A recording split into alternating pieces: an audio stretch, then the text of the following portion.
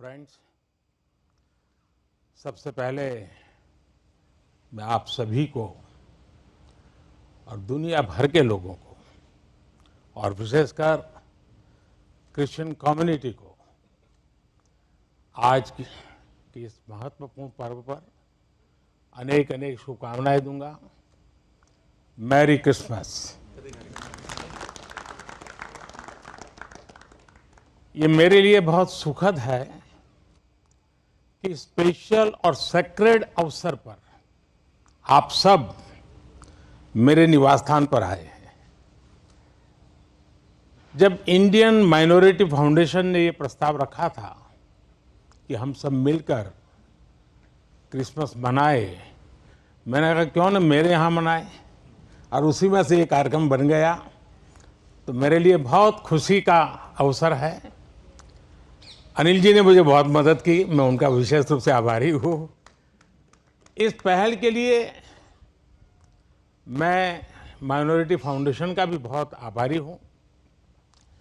Christian community के साथ तो मेरा संबंध कोई नया नहीं है, बहुत पुराना बड़ा आत्मीय नाता रहा है और बड़े वार्म रिलेशंस रहे हैं।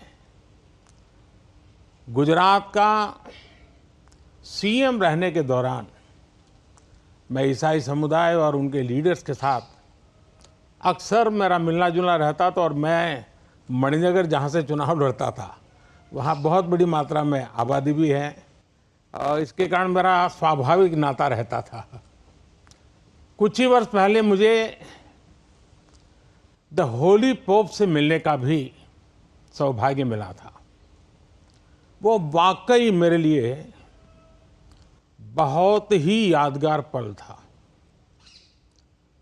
हमने इस धरती को बेहतर जगह बनाने के लिए social harmony, global brotherhood, climate change और इंक्लूसिव डेवलपमेंट ऐसे कई विषयों पर और लंबे समय तक बैठ करके बातें की थी। फ्रेंड्स, क्रिसमस वो दिन है जब हम जीसस क्राइस्ट के जन्म को सेलिब्रेट करते हैं। ये उनकी लाइफ मैसेज और वैल्यूज को भी याद करने का अवसर है। जीसस ने करुणा और सेवा के मूल्यों को जिया है। उन्होंने एक ऐसा समाज बनाने के लिए काम किया जिसमें सबके लिए न्याय हो और जो समाज समावेशी हो, इंक्लूसिव हो। हमारे देश की विकास यात्रा में यही मूल्य एक गाइडिंग लाइट की तरह हमें रास्ता दिखा रहे हैं। साथियों, समाज जीवन की अलग अलग धाराओं में हम ऐसे कई समान मूल्य दिखते हैं जो हम सबको एकजुट करते हैं।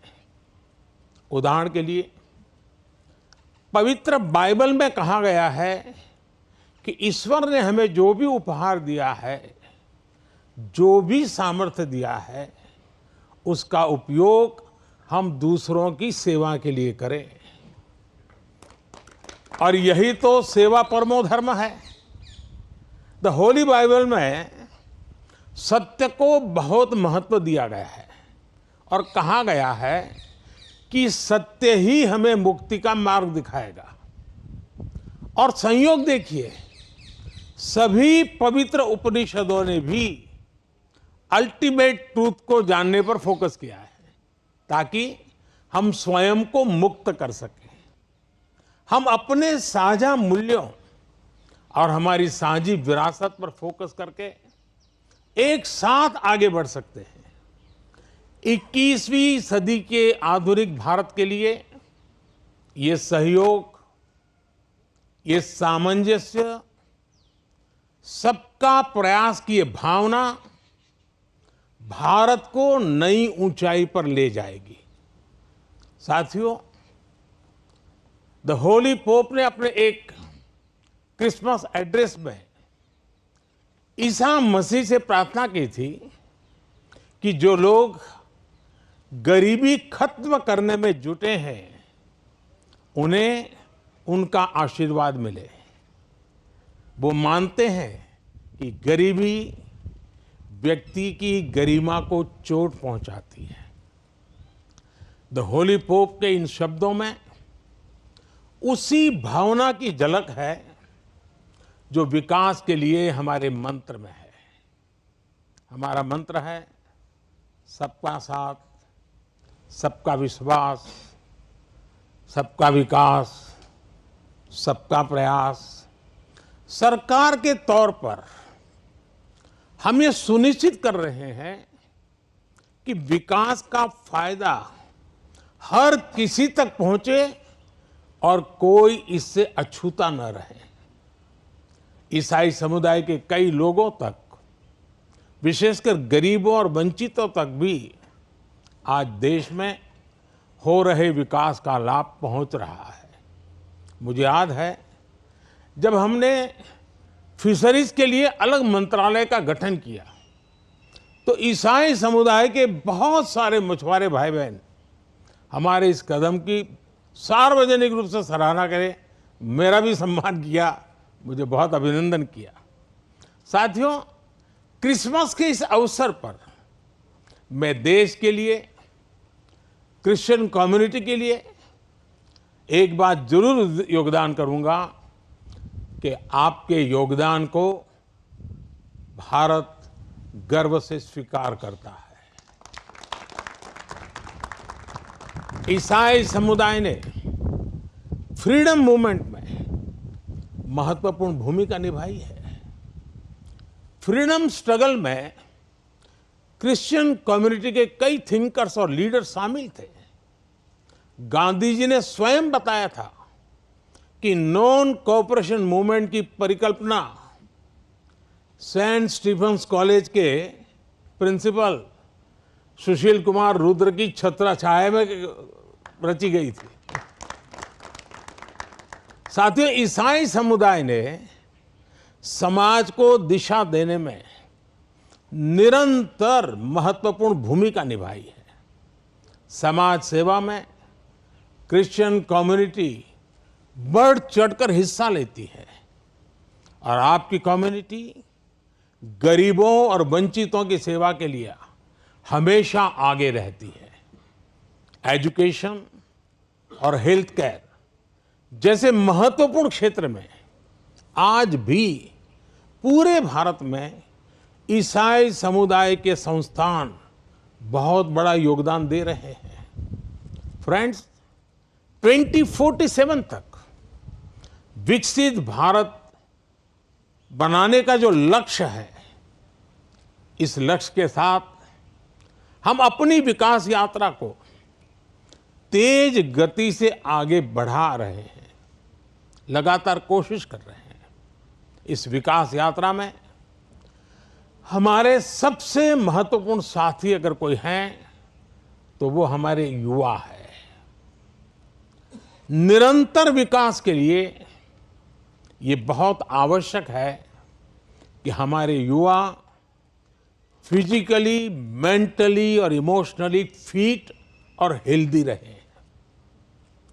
इस उद्देश्य से चलाए जा रहे कई अभियान जैसे फिट इंडिया, मिलेट्स का उपयोग, न्यूट्रिशन पर फोकस, मेंटल हेल्थ के प्रति जागरूकता और ड्रग्स के खिलाफ अभियान जन आंदोलन बन चुके हैं।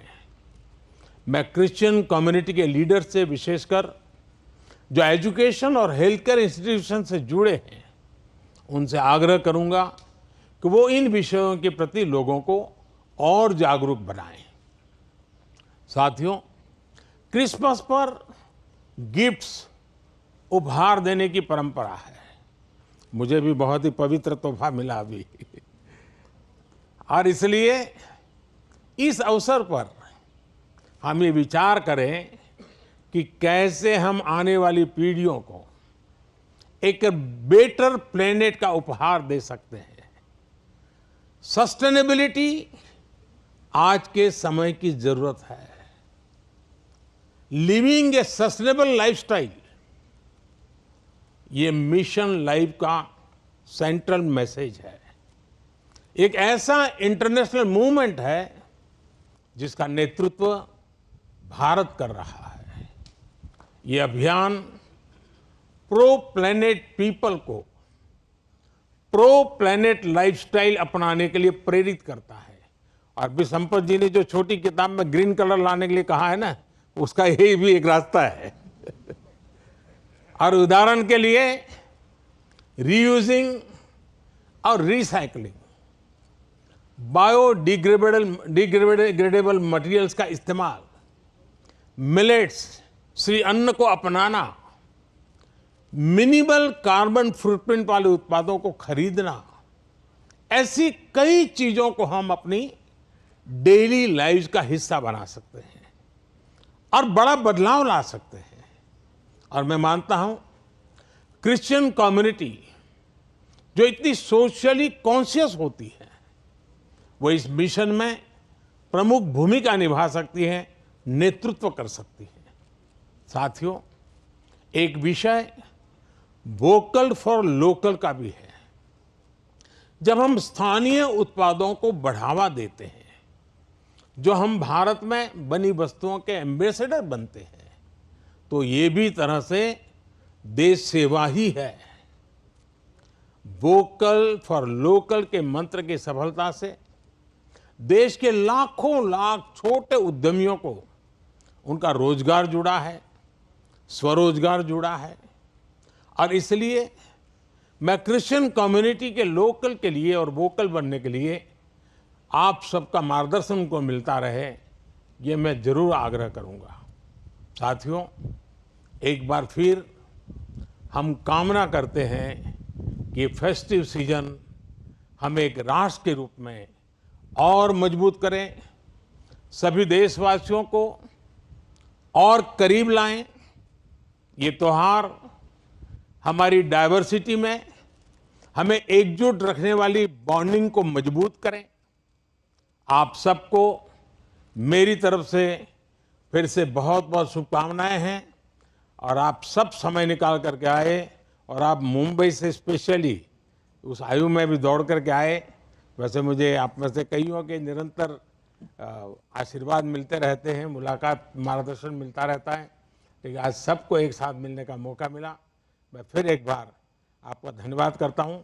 मैं इन बच्चों का विशेष रूप से आभार व्यक्त करता हूं कि उन्होंने आज के हमारे इस पर्व को अपने स्वर से, अपनी भावनाओं से और मजबूत बनाया है। इन बच्चों को मेरा बहुत बहुत आशीर्वाद, धन्यवाद।